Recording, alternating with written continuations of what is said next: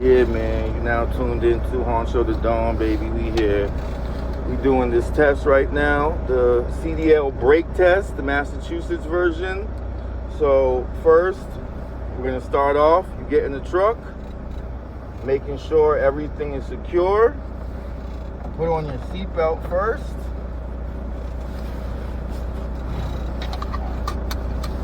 You turn the truck on, safe start it just to make sure everything's good. Okay, now the truck is on. I'm gonna turn it off. I'm gonna take out the key, put it in my pocket. Now I'm gonna take my chocks and secure the vehicle. All right, y'all. So when y'all chalk the car, y'all wanna do the furthest drive tires, which means the tire farthest away from the driver's side. So closest to the back. Seatbelt on when you enter. 3 points of contact. Now we're gonna safe start the vehicle again. Make sure it's in neutral, all the brakes are set.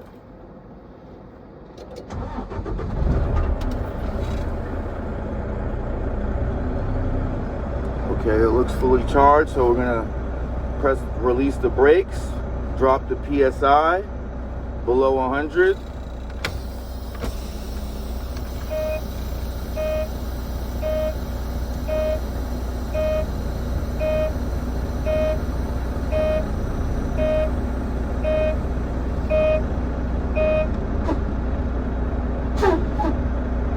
All right, now when you're resetting it, you want to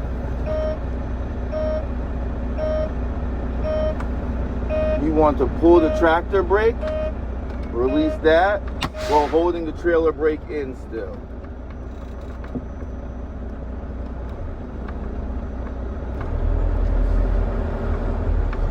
Then you let it build till it sneezes naturally.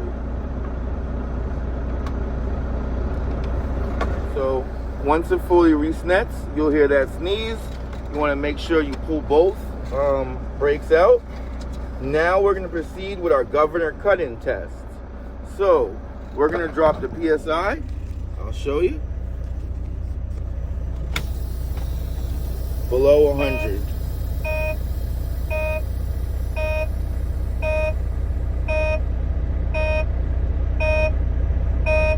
So some trucks will stop. They won't go below 100 on their own.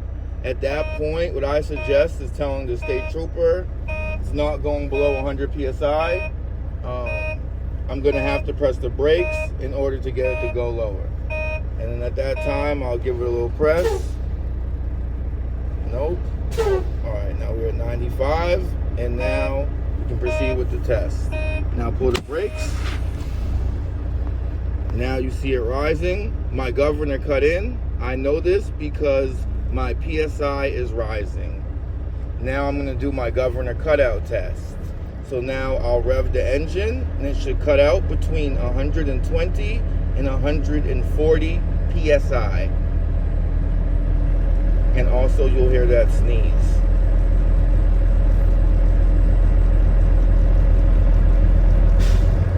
Okay, my governor cut out. I know this because my PSI stopped increasing. At that point, you can go ahead and kill the engine, cut the engine. Now you're gonna do your 3 PSI test. All right, for the 3 PSI test, you're gonna just turn the ignition on and not actually turn the engine on. Once you see the air gauge cycle, to do the 3 PSI test, you'll release both brakes. After the initial loss of 5 to 15 PSI, you can lose no more than 3 PSI in one timed minute. So one thing what I would do is call out the actual PSI. So right now I'm at 128. I'm gonna go ahead, release those brakes.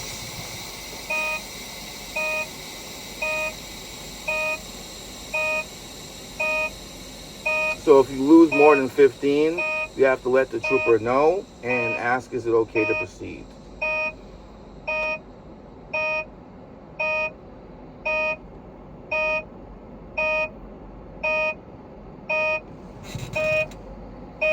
Okay, so I lost 28 PSI. Is it okay to proceed? Great. Timing now. So now you use your stopwatch for 1 timed minute. You'll time it. Okay. I did not lose more than 3 PSI in 1 timed minute. After 1 minute, obviously. Next, you'll move on to your 4 PSI test. So for this, you want to apply 90 pounds of pressure to the service brake pedal. What's 90 pounds of pressure? From what I understand, just hold the brake to the floor. So after the initial loss of 5 to 15 PSI, you cannot lose more than 4 PSI in 1 timed minute. So we're going to do that next. This is what that's going to look like. So we're at 100 PSI. Yeah, we only lost about 4, 3. And now it's stabilized. Timing now. Once a minute has passed, you'll say, I did not lose more than 4 PSI in 1 timed minute. Okay, now after 4 PSI, you're going to get into your law LBT, your low air warning light buzzer test. So your lights and your low air warning buzzers should come on before 55 PSI. You want to slowly press the brake until you see those lights turn on. And it will look a little something like this. Okay, you see both lights are on. Next, you're gonna go into your spring brake test. So your spring brakes should apply automatically between 20 to 45 PSI. And this time you want to hit the brakes a little bit more faster until you see both of these knobs pop out.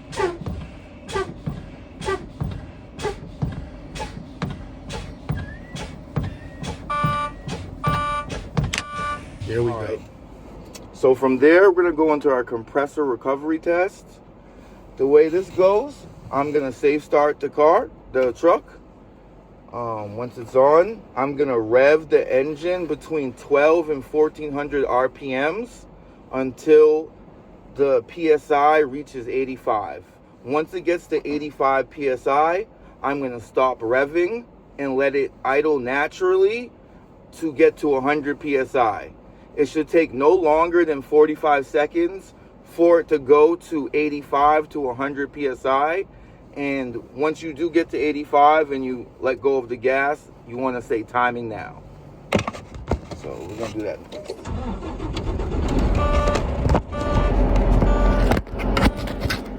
Revving it up.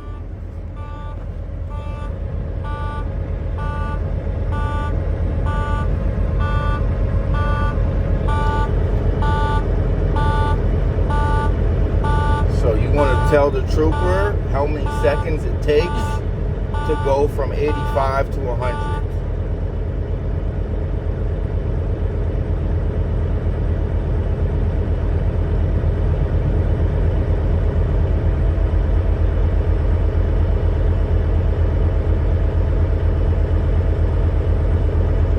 Okay, timing now.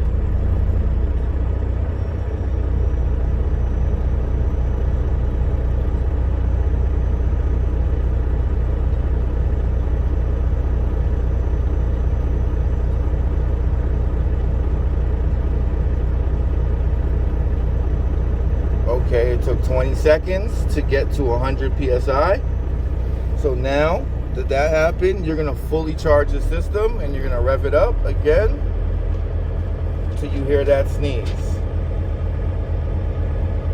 Now, once you hear that sneeze, that completes your compressor recovery test and the first part of the brake test. So once you hear the sneeze, it's fully charged, you're gonna turn off the truck. Put your key in your pocket. Remove your belt. Exit with 3 points of contact. And retrieve the chocks that you use to chalk the vehicle. Sometimes one will be stuck under the wheel. If that does happen, you'll have to get back in, seatbelt, turn on the truck, move up just a little bit, and then move on. All right, next we're gonna finish with the 4-point brake test. So we're gonna start off with the trailer parking brake. So what you're gonna do is you're gonna wanna release your tractor brake, the yellow one. Tell the trooper, I know I'm not supposed to compound my brakes, but I have to in order to put it in gear. So you want to press it, release the tractor brake, hit the service brake, put it into drive, give it gas till it gets to about 700 RPM. You'll feel a little tug and say, my trailer brakes are working properly. As you can put it back in neutral, set your tractor brake. Now you're going to test your tractor parking brakes. So now this time you're going to release your trailer brake, the red one. And before you release that, say, I know I'm not supposed to compound my brakes, but in order to put it into gear, I have to press the brake. So you're going to release that trailer brake. Put it in drive, and again about 700 RPM, just that little tug. All right, my tractor brake is working properly. Again, neutral, set that brake again. Next, you're gonna go move on to your service brake handle. Depending on what truck you're in, it might look different or be somewhere else. In this truck, it's right here, but other trucks, it could be somewhere else. It's basically a handle that you pull. Okay, so I'm gonna test my service brake handle. I'm gonna drive a minimum of 5 miles per hour and then apply my service brake handle.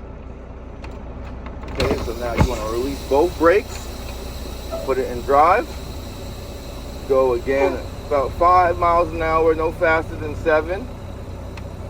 Pull that brake handle. Okay, I came to a complete stop. My emergency brake handle, service brake handle is working properly. You keep this brake handle held down the whole time. Do not let it go once you come to a stop. So now we're gonna go into our service brake pedal. So I'm gonna drive a minimum of 5 miles per hour and then use my service brake pedal to stop. So what you wanna do is let go of the brake handle.